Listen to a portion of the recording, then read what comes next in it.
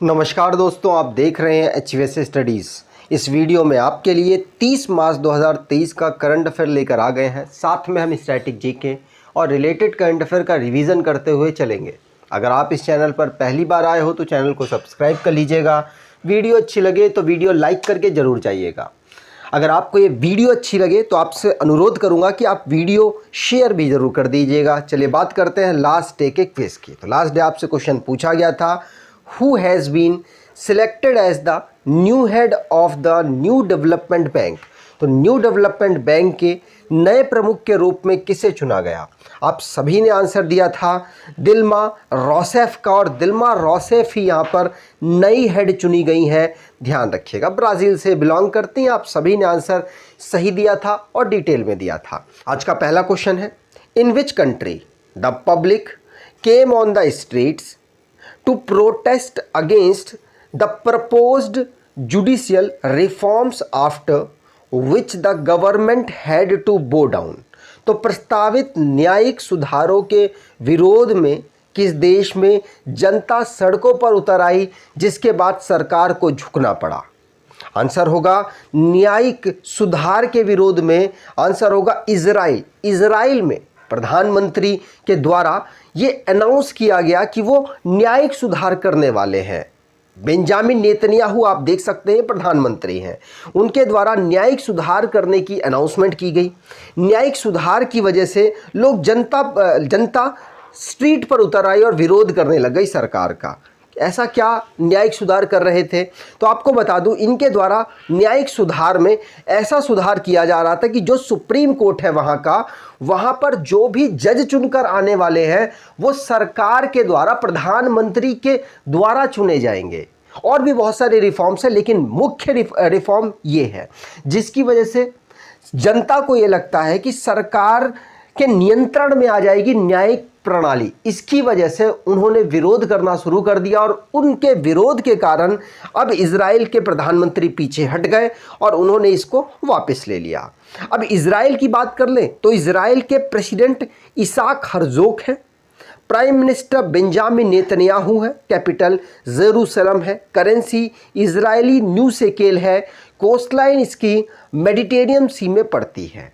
यहाँ की जो पार्लियामेंट है उसको नेसेट हम कहते हैं।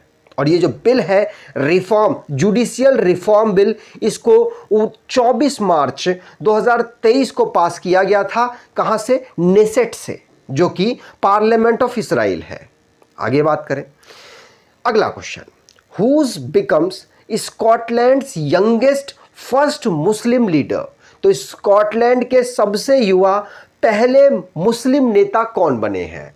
आंसर होगा ये बने हैं हमजा यूसुफ। कौन? हमजा यूसुफ। ये इनका ओरिजिन पाकिस्तान से हुआ है, मुस्लिम है ये, और ये स्कॉटलैंड में पहले मिनिस्टर बने हैं और साथ साथ यंगेस्ट मुस्लिम लीडर है। ध्यान रखिएगा, पूछा जा सकता है इन्होंने किसकी जगह ली है। तो स्कोला स्टर्जन की जगह इन्होंने ली है। ये पहले मिनिस्टर हैं, ध्यान रखिएगा। यहां पर बात की जाए कैपिटल, स्कॉटलैंड की कैपिटल क्या है? ये एडिनबर्ग इसकी कैपिटल है। करेंसी यहां की पाउंड स्टर्लिन है। यूरोप का एक देश है स्कॉटलैंड। यहां पर बात करें जो भी अपॉइंटमेंट से रिलेटेड क्वेश्चंस बने हैं उनकी, तो हमजा यूसुफ वाला क्वेश्चन पढ़ लिया। टीवी सोमनाथन ये हेड बने हैं पेंशन स्कीम के, और पेंशन स्कीम के पैनल के। याद रखिएगा, ये इस समय पर सेक्रेटरी हैं फाइनेंस मिनिस्ट्री में। सलीमा टेटे ये AHF एथलीट्स एम्बेसडर बनी है, ये हॉकी प्लेयर है। मनमीत के नंदा MD और CEO बने हैं इन्वेस्ट इंडिया के। अनूप बागची MD और CEO बने हैं ICICI प्रूडेंशियल लाइफ इंश्योरेंस के। G Krishna Kumar Bharat Petroleum Corporation Limited के चेयरमैन बने हैं। ललित कुमार गुप्ता CMD बने हैं कॉटन कॉरपोरेशन ऑफ इंडिया के। वाईकॉम 18 के एम्बेसडर बने हैं, ब्रांड एम्बेसडर बने हैं महेंद्र सिंह धोनी के। कीर्ति वसान CEO बने हैं TCS के। सी चेंजेस क्लाइमेट कैंपेन जिसके एम्बेसडर भारत के लिए बनाई गई हैं श्रेया गुड़ावत को। आगे बात करें, अगला question, which bank has recently issued its first electronic bank guarantee. तो किस बैंक ने हाल ही में अपनी पहली इलेक्ट्रॉनिक बैंक गारंटी जारी की? आंसर यहां पर होगा, ये जारी की गई है यस बैंक के द्वारा। तो यस बैंक पहली इलेक्ट्रॉनिक बैंक गारंटी जारी कर चुका है। ध्यान रखिएगा, अगर यहां पर बात करें तो बैंक गारंटी जिसमें national e government service limited की जो भी कोलैबोरेटेड है वो यस बैंक ने कर रखा है। इससे क्या हुआ, इससे जो भी बैंकिंग इश्यूज आएंगे उसको रिजॉल्व करने की गारंटी यस बैंक देता है। यस बैंक की बात करें तो 2004 में इसको फाउंड किया गया था। मुंबई इसका हेडक्वार्टर है और प्रशांत कुमार इस समय पर सीईओ के पद पर काम कर रहे हैं। अगला question, week of the solidarity with the pupil struggling against racism and racial discrimination act।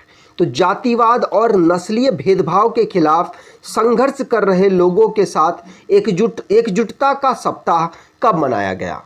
Answer होगा, ये सप्ताह मनाया गया है 21 से लेकर 27 मार्च तक। और आपको बता दूं 21 मार्च को हम ऑब्जर्व करते हैं racism and racial discrimination day. ध्यान रखिएगा, पूछा जा सकता है। इसमें जो भी रेसिज्म और रेशियल डिस्क्रिमिनेशन किया जाता है उसकी अवेयरनेस फैलाई जाती है। जो भी उनके अगेंस्ट वायलेशन इनजस्टिस किया जाता है उसके अगेंस्ट काम करने की कोशिश की जाती है। इसीलिए week of solidarity with people struggling against racial और रेशियल डिस्क्रिमिनेशन हम एनुअली ऑब्जर्व करते हैं और इसका वीक भी हम एनुअली ऑब्जर्व कर रहे हैं। वीक हमने कब ऑब्जर्व किया? 21 से लेकर 27 मार्च तक। आगे बात करें तो जो भी इंपॉर्टेंट डेज हमने रिसेंटली में पढ़े हैं उनको रिवाइज करते हैं। पहला क्वेश्चन पढ़ लिया। दूसरा, वर्ल्ड थिएटर डे हमने 27 मार्च को पढ़ा। World TB day tuberculosis day हमने 24 मार्च को पढ़ा। वर्ल्ड मेटोलॉजिकल डे हमने 23 मार्च को पढ़ा। शहीद दिवस या मार्टिर डे हमने 23 मार्च को। वर्ल्ड वाटर डे हमने 22 मार्च को। वर्ल्ड डाउन सिंड्रोम डे हम 21 मार्च को ऑब्जर्व करते हैं। इंटरनेशनल डे ऑफ फॉरेस्ट हम 21 मार्च को। इंटरनेशनल डे ऑफ हैप्पीनेस हम 20 मार्च को ऑब्जर्व करते हैं। आगे बात करें, अगला question, the government extended the deadline for pan and Aadhaar linking till when? तो कब तक पैन और आधार लिंकिंग की डेट को एक्सटेंड कर दिया है गवर्नमेंट ने? आंसर होगा, ये जो लिंकिंग है पैन और आधार कार्ड की, इसकी जो समय सीमा है बढ़ाकर 30 जून तक कर दी गई है 2023 तक। तो यहाँ पर पहला ऑप्शन बिल्कुल सही होगा। 30 जून 2023 तक आधार और पैन को आप लिंक करा सकते हैं। इसमें जो सुविधाएं होंगी टैक्स पेयर को वो ज़्यादा मिल पाएंगी, ज़्यादा आसानी से उनके डेटा को प्राप्त किया जा सकता है। कागजी जो एक्शन होगा जहां पर उनकी रिक्वायरमेंट होगी कम पड़ेगी। आपको बता दूं 51 करोड़ लोगों ने पैन कार्ड जो कि अभी तक लिंक करा चुके हैं आधार कार्ड से। ध्यान रखिएगा, 1 जुलाई 2017 से इस चीज़ को स्टार्ट किया गया था और आधार नंबर के साथ आप कोलैब करा सकते हैं और अब एक्सटेंड करके इसको आगे बढ़ा दिया। अभी तक ये डेट खत्म होने वाली थी तो अब इसको आगे बढ़ा दिया गया, 30 जून 2023 तक इसको लिंक कराना कंपलसरी कर दिया गया है। लेकिन कुछ रीजन में रहने वाले जो रेजिडेंशियल लोग हैं उनके लिए कंपलसरी नहीं है, जैसे मेघालय, आसाम, जम्मू एंड कश्मीर के लोगों के लिए कंपलसरी नहीं है। अब जो भी रिसेंटली में नेशन संबंधित करंट अफेयर बने हैं उनको रिवाइज करते हैं। पहला क्वेश्चन पढ़ लिया। दूसरा, इंडिया की हाईवे इंफ्रास्ट्रक्चर 2024 तक यूएस जैसी हो जाएगी, ये अनाउंसमेंट की है हमारे इस समय पर रोड एंड ट्रांसपोर्ट के मिनिस्टर नितिन गडकरी जी के द्वारा। अमित शाह जी ने वैदिक हेरिटेज पोर्टल को नई दिल्ली में इनॉग्रेट किया। प्रधानमंत्री मोदी जी के द्वारा लॉन्च किया गया call before you dig app को। इंडियन गवर्नमेंट ने डिजी क्लेम प्लेटफॉर्म को फार्मर इंश्योरेंस क्लेम के लिए लॉन्च किया है। भारत का एम है कि global hub for green ship हम डेवलप कर सकें, कब तक? 2030 तक। गवर्नमेंट ने स्टैचू ऑफ नॉलेज को अंबेडकर जी के लिए इंस्टॉल करने की अनाउंसमेंट कर दी है। 7 पीएम मित्रा डेवलप किए जाएंगे, पीएम मित्रा पार्क डेवलप किए जाएंगे। प्रधानमंत्री mega integrated textile reason and apparel. भारतीय रेलवे जो कि नेट जीरो कार्बन एमिटर हो जाएगा 2030 तक, अनाउंसमेंट रेलवे मिनिस्टर के द्वारा की गई। प्रधानमंत्री मोदी जी के द्वारा वर्ल्ड की longest railway platform Hubli Karnataka में इनॉग्रेट किया गया। आगे बात करें, अगला question, what is the name of India's first cloned देसी गिर फीमेल काफ? तो भारत की पहली क्लोन देसी गिर मादा बछड़े का नाम क्या है? तो क्लोन से उत्पन्न हुई देसी गिर मादा बछड़े का नाम यहां पूछा जा रहा है। तो आंसर होगा, इसका नाम है गंगा। क्या नाम है? गंगा। याद रखिएगा, ये जो गिर है ये एक बफेलो थी, उससे ही आर्टिफिशियली इसको निकाला, इसको उत्पन्न कराया गया, इसको डेवलप किया गया है, जिसका नाम गंगा रखा गया है, बछड़े का नाम।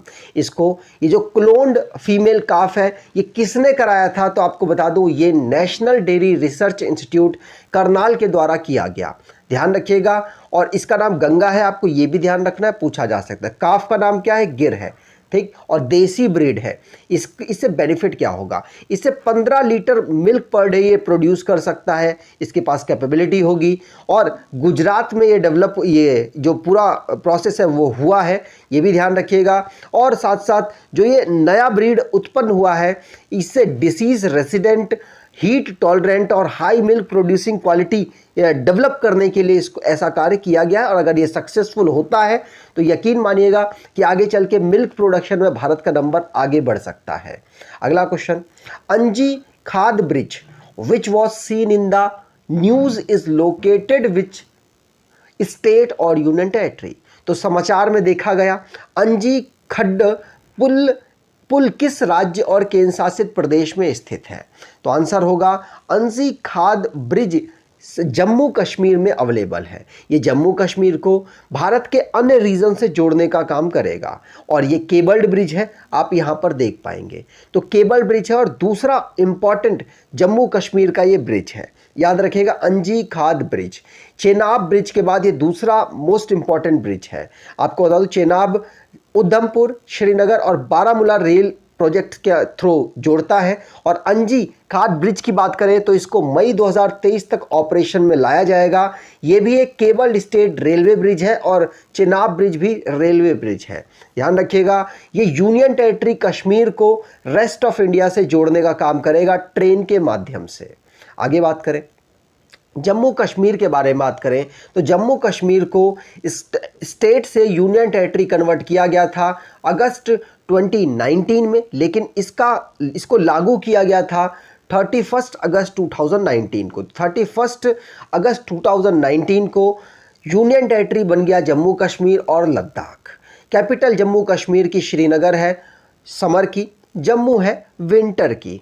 और लेफ्टिनेंट गवर्नर मनोज सिन्हा है। लेजिस्लेचर काउंसिल में 36 सीट, लेजिस्लेटिव असेंबली में 89 सीट यहाँ पर आती हैं। आगे बात करें, अगला question, which fighter aircraft of India participated in the multinational exercise cobra warrior? तो भारत के किस लड़ाकू विमान ने बहुराष्ट्रीय अभ्यास कोबरा वॉरियर में भाग लिया? तो भारत की तरफ से जो लड़ाकू विमान है वो मिराग 2000 है, जिसने बहुराष्ट्रीय अभ्यास जिसका नाम कोबरा वॉरियर है उसमें पार्टिसिपेट किया है। तो यहाँ पर ए ऑप्शन बिल्कुल सही, ये मिराग 2000 की फोटो है।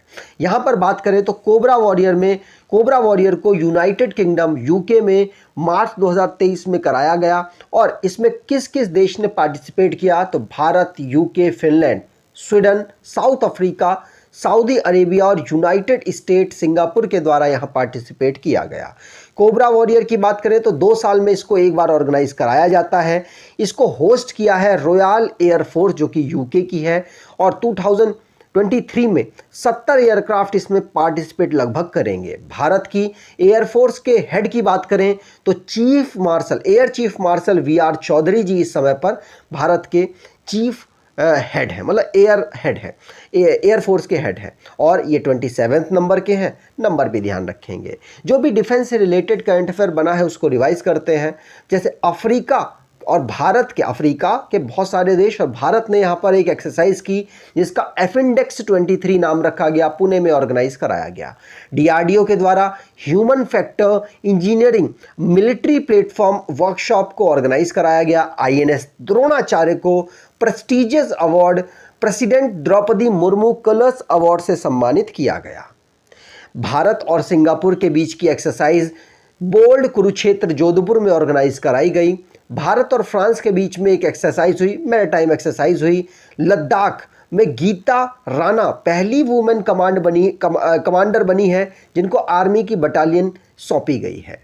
आगे बात करें, अगला question, the parliament passed the budget bill for the expenditure of how much rupees, और ये जो बजट में पैसा अलोकेट किया गया है ये फाइनेंशियल ईयर 2023-24 के लिए किया गया है। तो संसद ने कितने रुपए के व्यय के लिए बजट वित्तीय वर्ष 2023-24 विधेयक पारित किया? तो कितना रुपया अलोकेट किया गया? आंसर होगा 45.03 लाख करोड़ रुपीस यहां पर अनाउंस किया गया है। तो इतना अब यहां पर खर्च किया जा सकता है, कितना?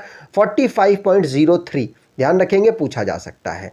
अब इसमें रेवेन्यू रिसिप्ट कितना होगा? 26, यहां से आएगा 26 ट्रिलियन रुपीस यहां पर आने वाला है, और 18, लगभग 18 या 19 कह सकते हैं उसके बीच में ट्रिलियन रुपीस यहां पर यहाँ पर इनकमिंग होगी बजट में। और एक्सपेंडिचर कितना होगा? तो 45.03 ट्रिलियन रुपीस का एक्सपेंडिचर होगा, जिसमें रेवेन्यू एक्सपेंडिचर 35 ट्रिलियन रुपीस होगा और कैपिटल एक्सपेंडिचर 13.69 ट्रिलियन रुपीस होगा और इंटरेस्ट पेमेंट होगा 10.79 ट्रिलियन रुपीस। निर्मला सीतारमण जी के द्वारा इस बार का जो लोकसभा में बजट को पेश किया गया था, आपको क्लियर होना चाहिए। और ये जो पैसों का एलोकेशन है इसको लोकसभा ने 23 मार्च को और राज्यसभा में 27 मार्च को पास किया गया। ठीक, चलिए आगे बात करें।